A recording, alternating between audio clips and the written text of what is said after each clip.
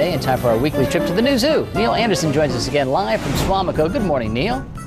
Hey, good morning, Pete. Hey, we're out here with the pronghorn, and with me is Dr. Gilbert. And today we're going to go ahead and vaccinate the pronghorn. And Doc, you got a new piece of equipment that we're going to try out, which is pretty cool. Yep. And of course, we're also going to go ahead and use that piece of equipment vaccinating. So now what are we vaccinating for?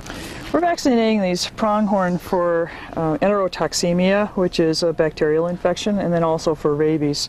Been a lot of rabies cases in Wisconsin this year. I think 16 reported cases so far this year. Well, very good. Now you check this new piece of equipment out, and it really is, that's one thing when you're working with the animals, in trying to go ahead and be able to restrain them so that it's safe, for us, safe for them. We have different types of equipment. This is a new piece of equipment that you have, Doc, and what is this right here? Well, this is kind of gadget corner. If you have any veterinarians on your Christmas list, there's still time to get one of these. This is kind of a new version of the pole syringe that you've seen a number of times on this program. I was just going to show you the old version versus the new version using this orange. The old version, when we poke it into the animal, it takes about 3 seconds to inject, and you can imagine these guys don't want to hold still for 3 seconds.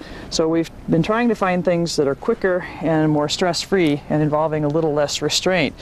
So what we found now was this butane-powered pole syringe, and there's a little gas cartridge in here.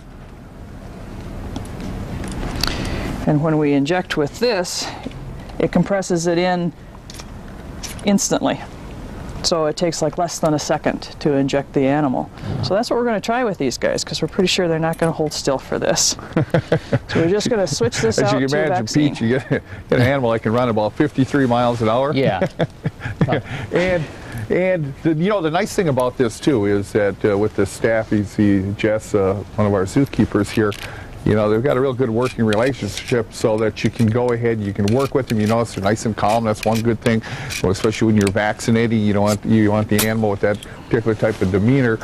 And then we can get up nice and close to the animal as well. So this will really work nice for us. But some of the exhibits that we have, we have restraint chutes, we have cages, we have systems, like the giraffe exhibit that we can go ahead and bring them in and train them in. But then there's some exhibits and some animals that we have to go ahead and try some remote injection.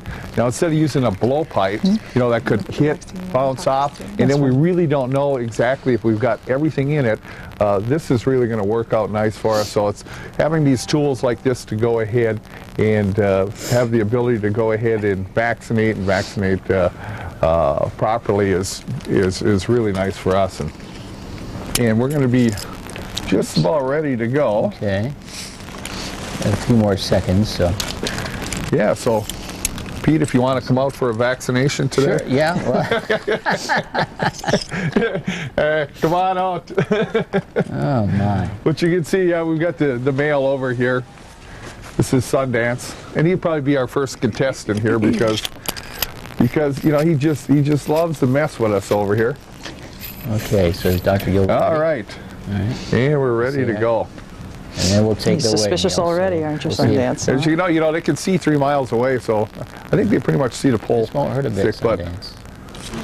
And that's it. And that's it. Wow, very good. Excellent. See how easy that was? Yeah, didn't run away or anything. Yeah. He's ready to go for another year to run around here at the zoo and be good to go. And one thing I want to do from everybody out here is wish everybody a Merry Christmas and Happy Holidays. And don't forget the zoo. Come on out. We're open up every day. And with this weather like this, who knows?